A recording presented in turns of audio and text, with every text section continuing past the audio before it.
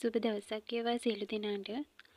අද මම ඔයාලට කියලා දෙන්නේ ඇන්තූරියම් මල් පරාගණය කරන්නේ කොහොමද කියලා. වීඩියෝ එක ඉවර වෙනකම් බලන්න. මේ ඔයාලට පේන්නේ මම පරාගණය කරපු ඇන්තූරියම් මල් වල සීඩ් හැදිලා තියෙන හැටි. ඇන්තූරියම් මල් පරාගණය කරන එක අමාරු දෙයක් නෙමෙයි.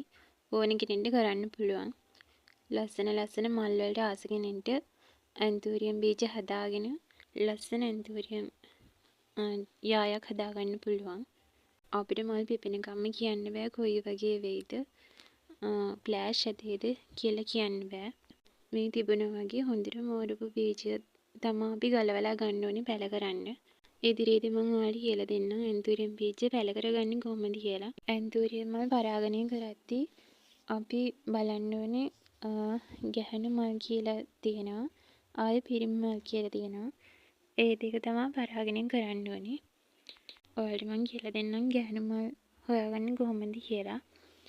ඇන්තූරියම් මලක් පිපිලා සතියක් විතර ගියාට පස්සේ මේ කෙමියේ මේ මල් පිපිලා වගේ තියෙනවා.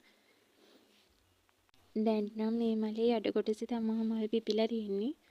ටිකින් ටිකට උඩ කොටසෙත් පිපෙනවා. ඔයාලට මේ මලේ පැහැදිලි ඇති කියලා මම හිතනවා. මේ තියෙන්නේ මාටිස් මලක්. මේ තියෙන්නේ පින්ක් බර්ඩ්. ඒ මලෙත් මල් පිපිලා තියෙනවා. ඇත්තටම ඇන්තූරියම් වල ඒ කෙමියේ තියෙන මල් වලට තමයි මල් කියලා කියන්නේ. ඔයාලට තවත් අඳුරගන්න පුළුවන් ඇලෙන සුළු ගතියක් තියෙනවා. එතකොට තමයි අපි පරාගණය කරන්න සුදුසුම කාලය. මේ තියෙන්නේ පිරිමි මලක්.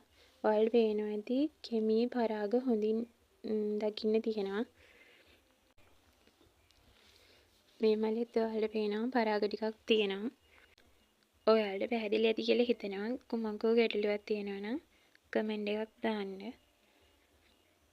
අපි කරන්න ඕනේ හොඳට මේ පරාග අතින් ගන්න පුළුවන්. කැමති කෙනෙකුට පින්සලකින් උනත් ගන්න පුළුවන්. මේ අතේ තැවරුණු පරාග ගැහණු මලේ හොඳට කෙමියේ තවරන්න ඕනේ. මේ සඳහා සුදුසුම කාලය වන්නේ උදේ කාලය. මොකද දවල්ට අවුව සැර වැටුනහම මේ කෙමියේ තියෙන ඇලෙන සුළු ගතිය නැති වෙනවා. ඒක නිසා ප්‍රතිඵල හිතන තරම් ගන්න බැරි වෙනවා.